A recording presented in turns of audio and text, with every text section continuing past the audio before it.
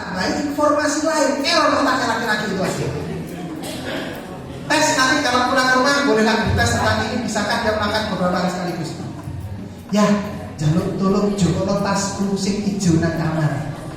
Dia masih baru berdiri, tak bawa sekalian syaratku ya nang sebelah kono. Kita ini sih dulu mah jaluk kopiane. Saya nyuri banter sering kali. Nah, jadi ibu-ibu kalau pengen suaminya tenang, kasih satu informasi, satu aja, satu selesai baru satu. Contoh gampang, laki-laki ini bisa terlihat dari style fashion tas. Coba tasnya ibu-ibu sebesar apapun, semahal apapun, kalau saya istilahkan tas perempuan, itu kayak kantong Doraemon. Kantong, betul? Saya bandingkan dengan tasnya bapak-bapak, pasti pakai kantong instrumental, betul? Dompet pun demikian. Nanti ibu kalau boleh cek, ya ini KTP ini ya, tak kayak ngurus apa gitu ya. Tapi jangan tak cukup dia ada dompet ya.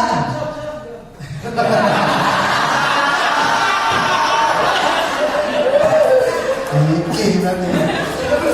Aja lah ini. Nah, tapi ibu-ibu KTP-nya jangan diambil, cuma dipindah saja kantongnya. Misalnya dari kantong di dompet sebelah kanan dipindah kantong dompet sebelah kiri. Enggak kemarin tuh, Bu, ini KTP ini nanti kan dompet kalau no. Pernah ngalamin? Pernah.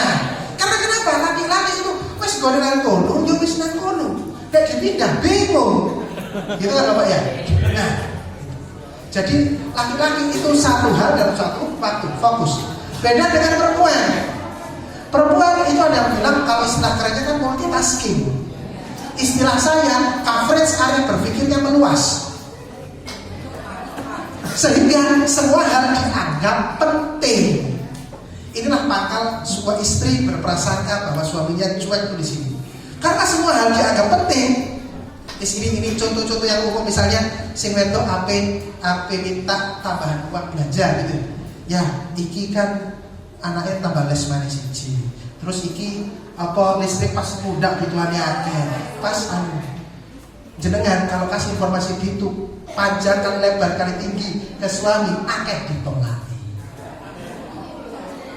Ya, oleh orang ngarep aku tambah 5 juta. Wes. Gitu. Karena hanya satu waktu. Sedangkan kalau perempuan meluas. Nah, sama juga bapak-bapak kan terintimidasi perempuan, saya nggak tahu. Yang perlu panjenengan tahu, laki-laki itu dalam satu hari itu punya kuota ngomong sebanyak 2000 kata. Sedangkan perempuan dalam satu hari punya kuota 20.000 kata.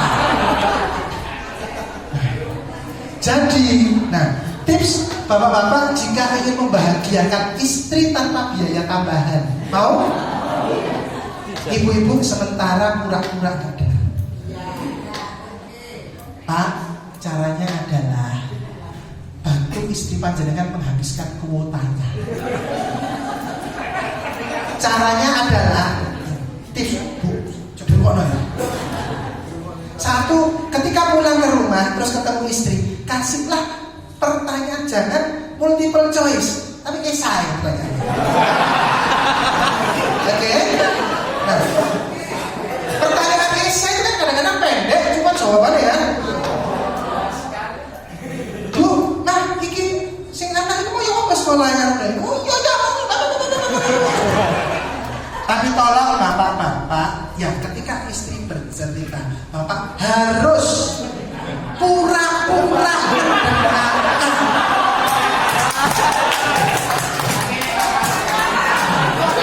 Hindari untuk disambi main HP dan pura-pura.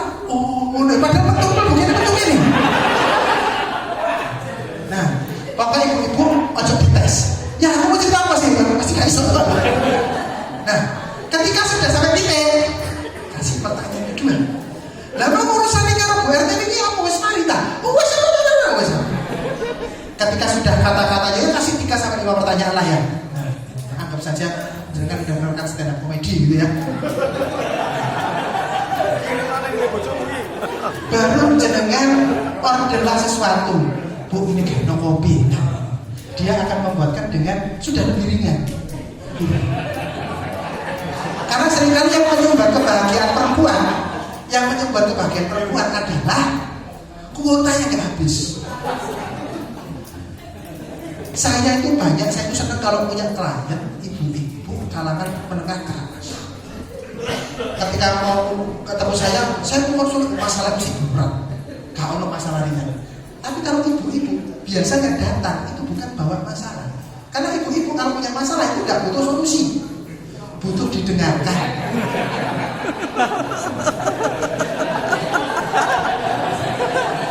Jadi mahalnya saya ini karena kalau ibu-ibu cerita.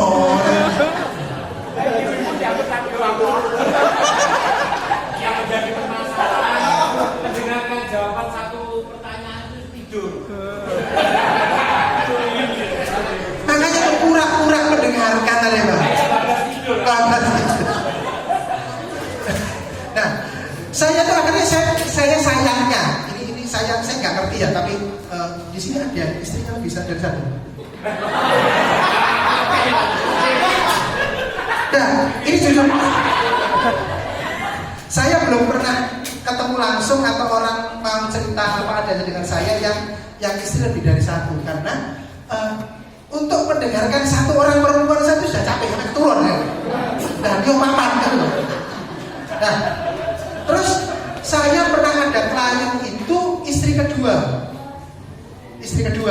Nah, masalahnya adalah kuotanya dia nggak pernah habis.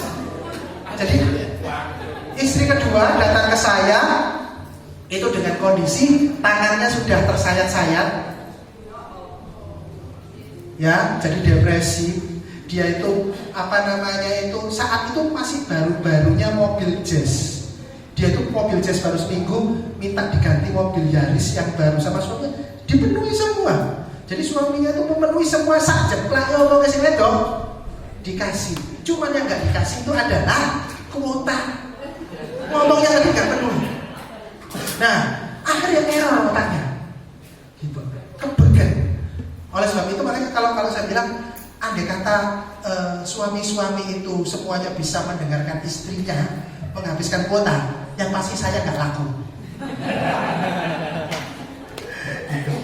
Nah, itu seringkali jadi bahan perdebatan suami istri itu, apalagi kalau Bapak Ibu mau perhatikan sejak zaman primitif yang bertugas untuk berburu, untuk mencari hewan buruan siapa? Laki-laki.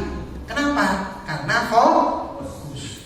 Terus yang rumah sobo, mesti yang perempuan, karena dia harus menyiapkan bahan-bahan untuk memasak ini tadi, menyiapkan rumah, menyiapkan. Jadi suaminya pulang bawa hewan buruan, sudah langsung masak. Secara fitrahnya itu begitu, dan itu nggak bisa dibalik. Itu juga kenapa anak itu butuh figur ayah dan figur ibu.